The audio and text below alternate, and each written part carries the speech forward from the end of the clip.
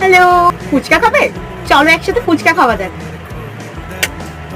ফুচকা খাওয়ার জন্য চলো ফুচকাগুলোকে আগে ঝটপট ভেজে ফেলি। ফুচকাগুলো ভেজে তুলে রেখে তারপর ছোলা, মটর সিদ্ধ আর বিভিন্ন রকম মশলা দিয়ে আলু কিন্তু মেখে নিলাম। এইটা কিন্তু মোস্ট ইম্পর্টেন্ট পার্ট। আর হ্যাঁ, আমি এখানে কাঁচা লঙ্কা আর ধনিয়া পাতাটা অ্যাভয়েড করেছি। তোমরা যারা এটা পছন্দ করো বা যারা চাও তারা কিন্তু দিতেই পারো আলু মাখার মধ্যে। তো দেখো আলু মাখা তো রেডি। তারপর মোস্ট ইম্পর্টেন্ট হচ্ছে টক জল, যেটা ছাড়া ফুচকা একেবারেই অসম্পূর্ণ। একদম চটপটা করে টক জল বানিয়ে ফেলেছি।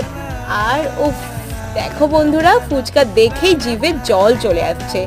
তো দেখো, তারপর ফুচকার মধ্যে আলুটাকে টুপ করে ভরে জলের মধ্যে ডুবিয়ে আর টপ করে কিন্তু মুখে দেওয়ার পালা।